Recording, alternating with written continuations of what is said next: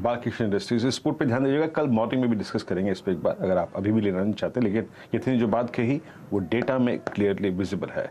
चलिए एक काम करते हैं, यहाँ पे एक ट्रेड ऑर्डर लेते हैं और आशीष चतुर्मोता चार्ट का चमत्कार उनके सौजन्य से आने वाला है। आशीष जी बताइए क्या पिक कर रहे हैं आप? बिल्कुल, तो देखिए वीरेंद्र, सबसे पहले तो जो हमने अभी थोड़ी देर पहले बात की एबीएफआरएल, वो बहुत ही बेहतरीन चार्ट है, बट क्योंकि उसकी बात हो चुकी है तो भी मैं यहाँ पर रिपीटेशन के तौर पे कह रहा हूँ, क्योंकि चार्ट बहुत बड़े ब्रेकआउट दिखा चुका है। तो 330 की जगह इस स्टॉक में बन रही है। दूसरा स्टॉक जो मैं अभी इस सेगमेंट के लिए चूज कर रहा हूँ वो है पीआई इंडस्ट्रीज का। पीआई इंडस्ट्रीज का जो स्ट्रक्चर है वो बहुत प्रॉमिसिंग है और हम देख रहे हैं पिछले 5 दिनों का कंसोलिडेशन पीआई इंडस्ट्रीज ने 3430 से लेके 3280 की ट्रेजेक्टरी में किया है। और आज जिस तरह से एक गैप अप होके स्टॉक कंटिन्यूअसली सस्टेन कर रहा है ऊपर की तरफ, मुझे लगता है यहाँ पर बेस बन चुका है। 3350 के स्टॉक के साथ पीआई इंडस्ट्रीज में लॉन्ग पोजीशन बनानी चाहिए। 3600 रुपए के लक्ष्य मैं समझता हूँ पीआई इंडस्ट्रीज के स्टॉक में देखने को नजर आ सकते हैं। इंडस्ट्रीज चार्ट के लिए देखिए बेहतरीन स्थिति में और स्ट्रॉन्ग स्विंग दिया भी है इस स्टॉक ने, और डेरिवेटिव्स में ये पूरी अगस्त की सीरीज में स्ट्रॉन्ग रहा है, एक्टिव रहा है और एक स्ट्रॉन्ग स्विंग दिया भी है। एक काम करते हैं, यहाँ पे ये हो गया चार्ट का चमत्कार आशीष जी के सौजन्य से PI Industries for a possible target of I think 3600 on the higher side. Sanjeev Hora साहब हैं ही, अब उनसे एक काम करते हैं, लगे हाथ इस रेंज में, इस लेवल पे आज का मिड कैप फंडा भी लेते हैं। संजीव जी बताइए आपके सौजन्य से क्या स्टॉक रिकमेंड करेंगे आप? मेरा एक रियल एस्टेट बास्केट से एक पिक है शोभा लिमिटेड। मुझे लगता है कि जो ये लेवल है बहुत ही अट्रैक्टिव लेवल है और जो फेस्टिव सीजन आने वाले हैं मुझे लग रहा है बुकिंग वहाँ पे बहुत स्ट्रांग हो सकता है। और Q1 के इसके जो नंबर्स आए थे बहुत स्ट्रांग आए थे। हेल्दी कैश फ्लो जनरेशन हुआ था जो रियल एस्टेट कंपनीज के लिए बहुत ही इंपॉर्टेंट है।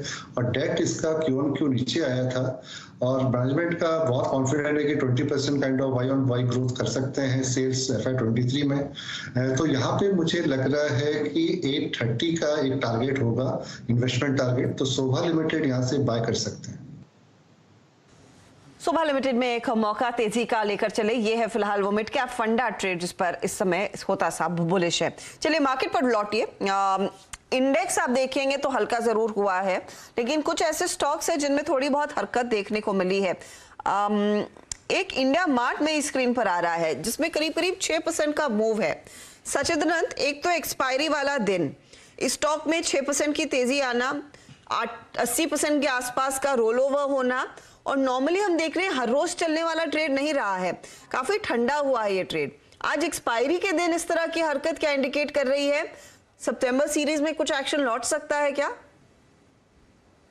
जी बिल्कुल हर्षदा, इनफैक्ट ये स्टॉक मेरे रेडार में भी है। इनफैक्ट यहाँ पर जिस तरीके से इसका लॉन्ग टर्म स्ट्रक्चर नजर आ रहा है, एक जो बिकवाली का ट्रेंड था लगातार 8 महीनों तक ये बिकवाली जारी रही थी 9000 के स्विंग्स बनाने के बाद, एंड जिस तरीके से इसने एक यहाँ पर स्टेबल बेस बना दिया है 4000 लेवल के आसपास का, मुझे लग रहा है उस पर्टिकुलर बेस से अभी एक नई ट्रेंड की शुरुआत की उम्मीद नजर आ रही है। सो जिस तरीके से स्ट्रक्चर है मुझे लग रहा है डेफिनेटली इसे अपने लॉन्ग बायस में रखना है। यहाँ से एक अच्छे कंसोलिडेशन बैंड से मुझे लग रहा है एक ब्रेकआउट की और ये चाल बना रहा है। सो जिस तरीके से फिलहाल इसने एक मूवमेंट दी है हाल फिलहाल में, तो मुझे लग रहा है 4050 के नीचे जब तक अभी क्लोजिंग नहीं होती तब तक मुझे लग रहा है ये स्टॉक अपने बाय ऑन डिक्लाइंस के रेडार में ही रहना चाहिए।